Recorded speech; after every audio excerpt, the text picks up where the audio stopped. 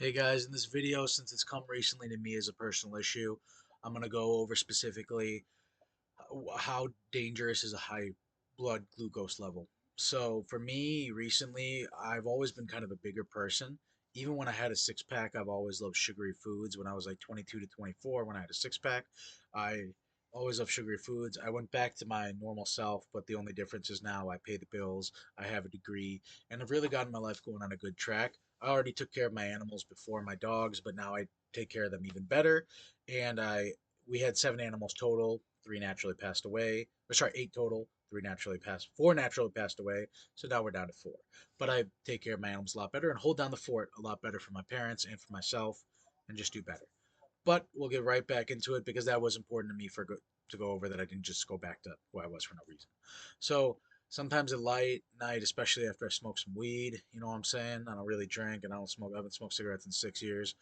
So when I go snack out at nighttime, I basically I was eating so much food, and when you eat too much food, your body can't digest it all with the insulin that it has, and sometimes it could release ketones. And a low amount of level is ketones is fine, but too much, especially with that all that food that you're eating and the glucose level at that level, it can cause diabetes.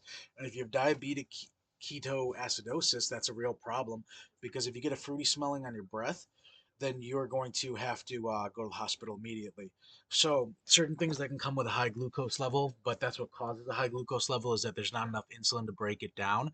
So during after you release done releasing insulin, your body normally does lipolysis to take out fat directly from your body. But if there's too much insulin not being produced, your body produces ketones, which break down the fat, and then the ketones have a real problem in terms of affecting your body if they get to a high enough level. Don't work out if you have ketones, but what you want to work out if you have a high glucose level. But if there's ketones involved, don't work out right away. What you're going to want to do specifically is you're going to want to take drink a shit ton of water. So fill up a jug full with water, which I have over there, and you're gonna want to drink it and drink like 8 fluid ounces every 30 minutes. Wash that shit out. Then to lower your glucose level, uh, go work out after that. Go for some nice walks, play some basketball, eat certain things. I have a big backyard, so I can play football, baseball without the bat, obviously, because I have dogs over there and a house nearby that I don't want to damage. And then my parents or not, doesn't matter. I don't want to damage it. And then lift some weights as well too. Lifting is going to be important because it absorbs that blood sugar level. One thing that you're really going to want to do in terms of eat portion-sized meals, because if you eat too much at once, your body's going to it's not going to have enough insulin to break that stuff down. So, and then it'll release ketones. And what I was going to say specifically about that was my blood glucose level when I was already gaining a little bit of weight was at 92, and you want it to be 79, 99.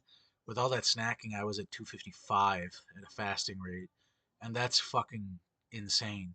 When I was getting my college degree, I blew my grades out the water, as in like I did really well.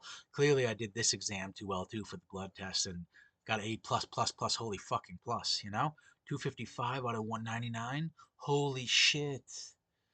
So I immediately calmed down. I drank a lot of water once I got the results. I immediately made a doctor's appointment, tried to avoid any emergency situation, such as going to the ER, because, uh, and I worked out, did some weights. But what can happen is if your sugar level is too high, you can go into a coma, you can die, you can get a stroke, you can get cardiac arrest, and you can get diabetes. I already don't want diabetes, but those things are more common once you get diabetes as well too. So let's not have any of that. Um, Okay, so yeah, let's make sure that we stay healthy. Let's make sure we're staying active.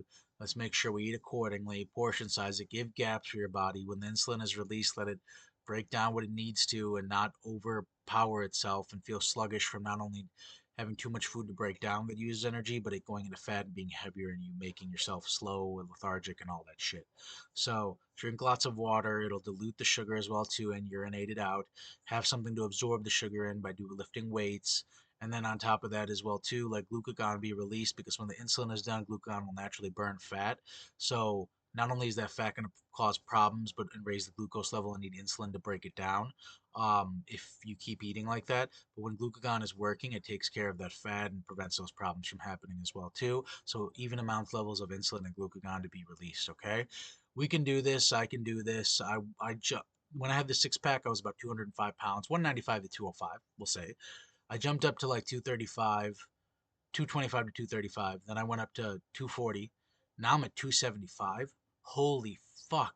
I look like I ate a whole fucking China buffet and didn't leave any fucking leftovers for anybody in the restaurant. But holy shit. But that's okay. I still love my life. It's still great to be alive. And the whole point of that is because I love my life, regardless of being a fat fuck or a skinny fuck at the time. And and I don't want to die. Simple as that. Okay? I don't care if I was getting pussy every day back then, and or if I get no pussy on a major dry streak now. To the point where if I run hard enough to a tree, I can impregnate that shit. Yeah, that tree. Okay? So let I don't care at all. I love my life no matter what. Life is beautiful. It's nice to breathe fresh air. It's nice to be able to see, nice to be able to hear, nice to have all my teeth, nice for my balding head not to turn gray yet, nice to have good clothes to wear, nice food to eat, cool water to drink, especially in a country where it's not dirty here in the United States. Awesome shoes to wear. Check out my videos. I'm a sneakerhead as well too. Cool collectibles to collect, cool cards to collect, Pokemon, baseball, whatever. Cool shows to watch, and lots of space in this basement that I'm lucky enough to not pay rent because I live with my parents. Yet I maintain all the property. So I everything's good. Whether I'm maintaining or enjoying down here, it's perfect. Okay. Whether I'm bleaching the bathroom, mowing the lawn, or just shooting hoops in the driveway with my old ass at the age of 31, or working my job that pays me very well. I love or running my side hustles. I love being alive, and I want to be alive for as much as I can. I don't want to go into a coma. I don't want to die, and I want to be able to enjoy my foods without all those problems. Okay, so don't fall in the same category. This is stuff you should know before it happens, but I know from experience it's kind of hard to know this stuff. But before it becomes a problem, you fix it. Okay, fix it. So before I go eat some mango with sticky rice because I had a big break, I took a nice walk and I'm gonna go lift some weights and I'm gonna go take care of my rabbit, make sure my dog's okay, and then I'm gonna pound that shit down, chow it down. You know what I'm saying? So I'm gonna enjoy myself, okay? And what makes it even more enjoyable is, you hear that? Hear that? Sounds like no wife or girlfriend to be nagging me right now. Fuck that shit. You know what I'm saying? You know, I'm gonna go enjoy my life. I'll see you guys in the next video.